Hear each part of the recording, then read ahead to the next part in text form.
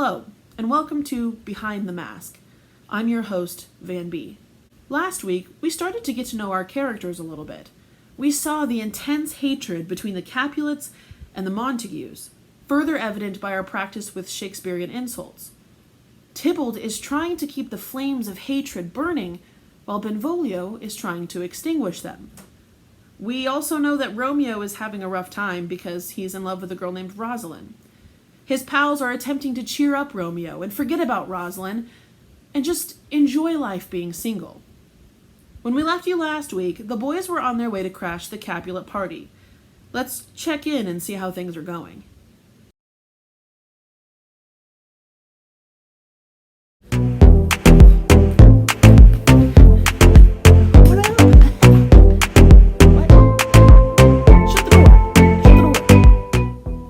That's better.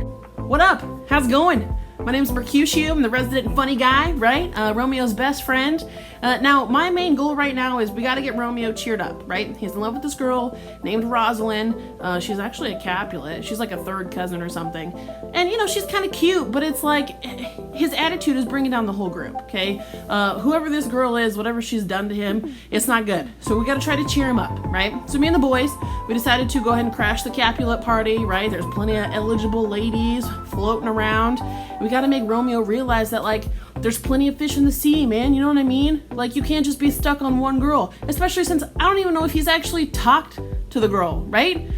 He's one of those guys, right? It's like, oh, love at first sight. Blah, blah, blah. It's romantic to some people, but to me, it's just like, no, it's a bunch of baloney, right? No, I'm not dumb. I know that Romeo came to this party just to see Rosalind. He knew she was going to be here. He saw her name on the guest list. But I think if you look out there and you see all the beautiful ladies floating around, you're going to realize that Rosalind's not going to be a problem for much longer, okay?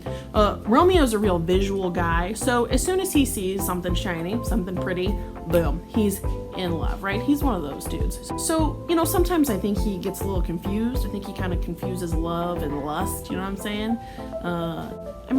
She's gorgeous and she's cute and everything, but does he really love her?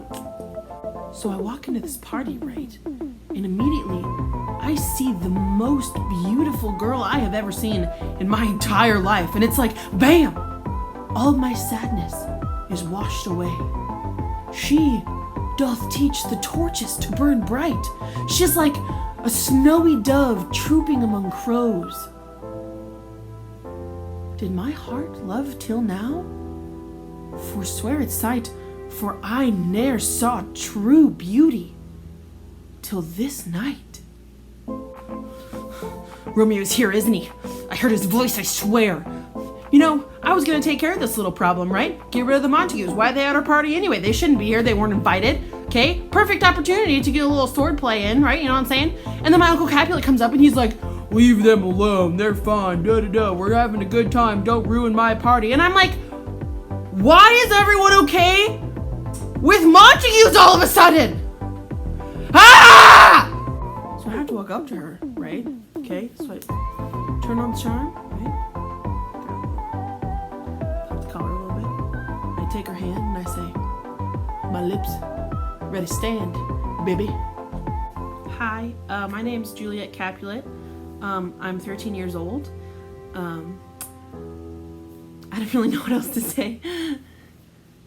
Oh yeah, so this cute boy walks up to me and he says that he wants me to kiss him.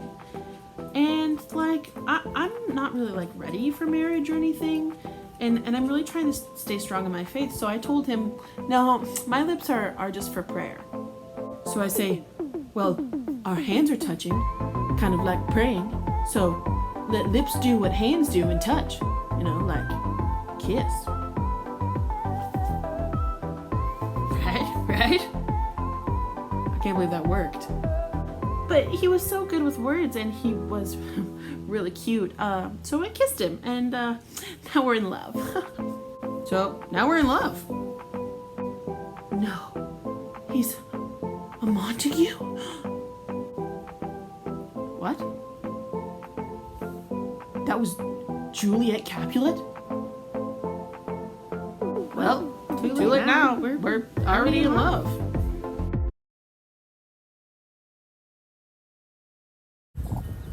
But soft, What light through yonder window breaks? It is the east, and Juliet is the sun. Arise, fair sun, and kill the envious moon, who's already sick and pale with grief, that thou, her maid, art far more fair than she. It is my lady, it is my love. Oh, that she knew she were. The brightness of her cheek would shame the stars, as daylight doth a lamp. Her eye in heaven would through the airy regions stream, so bright that birds would sing, and think it were not night. See how she leans her cheek upon her hand.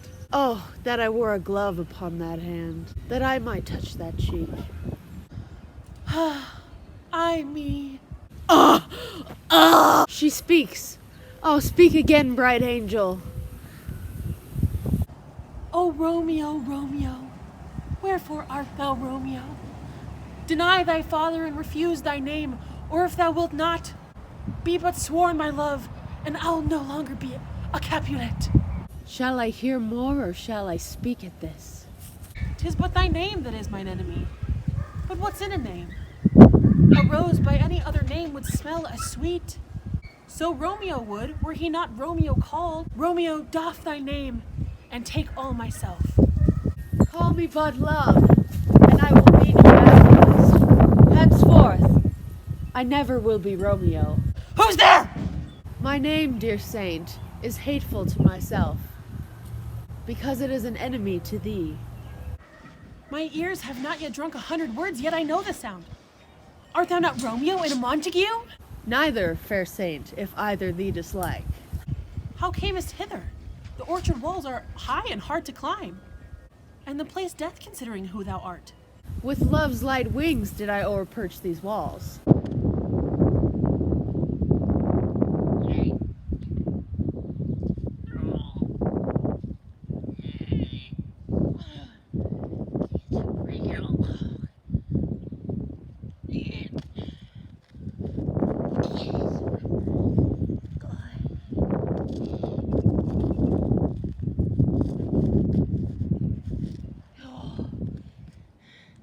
For stony limits cannot hold love out. If they do see thee, they will murder thee. There lies more peril in thine eyes than 20 of their swords. O lady, I swear by the moon. Oh, swear not by the moon, the inconstant moon, who monthly changes in her circled orb, lest that thy love prove likewise variable. If my heart... Well, do not swear. Although I joy in thee, I have no joy in this contract tonight. It is too rash, too advised, too sudden. Too like the lightning, which doth cease to be ere one can say it lightens. Sweet good night. Will you not give the exchange of thy love's faithful vow for mine? My bounty is as boundless as the sea, my love as deep. The more I have, the more I give to thee, for both are infinite. If your intentions are true, if you wish to marry me, send word for me tomorrow. 1,000 times good night. Hist, Romeo, hist! I love hearing you say Romeo. What o'clock tomorrow shall I send for thee? By the hour of 9. 'Tis 20 years till then. Parting is such sweet sorrow that I shall say good night till it be morrow.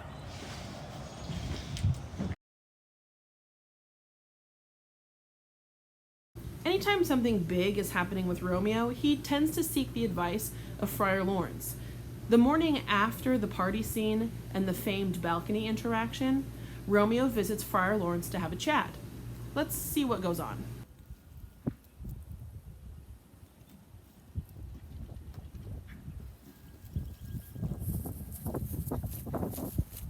Good morning, Father. Oh, good morning, Romeo. Why, it's so early. That makes me believe that our Romeo has not been in bed tonight. Rosalind? Who's Rosalind? My heart still loves the scent of the fair daughter of Bridge Capulet. I pray that thou consent to marry us today. Holy Saint Francis! What changes here? Young men's love lies not in their hearts, but in thine eyes. I pray chide thee not. She whom I love now doth love for love allow. Rosalind did not so. Come, young waverer, come and go with me. In one respect, how thy assistant be. For this allowance may so happy prove to turn your household's rancor to pure love. Oh, let us hence, I stand on sudden haste. Wisely and slow, they stumble who run fast. In this scene, Tybalt has formally challenged Romeo to a duel. He sent him a letter and everything, which means that this is an official challenge. Romeo isn't sure if he's going to answer it, but Mercutio thinks that he definitely should. The nurse also comes to meet Romeo, and they make a plan for Juliet to sneak away, tell her parents that she's going to confession, but actually she's meeting Romeo at Friar Lawrence's cell, where they're going to get married. In Act 2 of Scene 6, there's some talking between Friar Lawrence, Romeo, and Juliet, but at the end of that scene, he performs the marriage ritual, and Romeo and Juliet are officially married. Let's go ahead and recap what happened on this week's episode. Romeo and Juliet are officially married less than 18 hours after they meet for the first time. The only reason Friar Lawrence agrees to marry them is because he hopes that the marriage will end the feud between the Montagues and the Capulets. Also, don't forget that Tybalt has officially challenged Romeo to a duel, even though Romeo isn't sure that he wants to fight. Thanks for tuning in. We'll see you next week on Behind the Mask.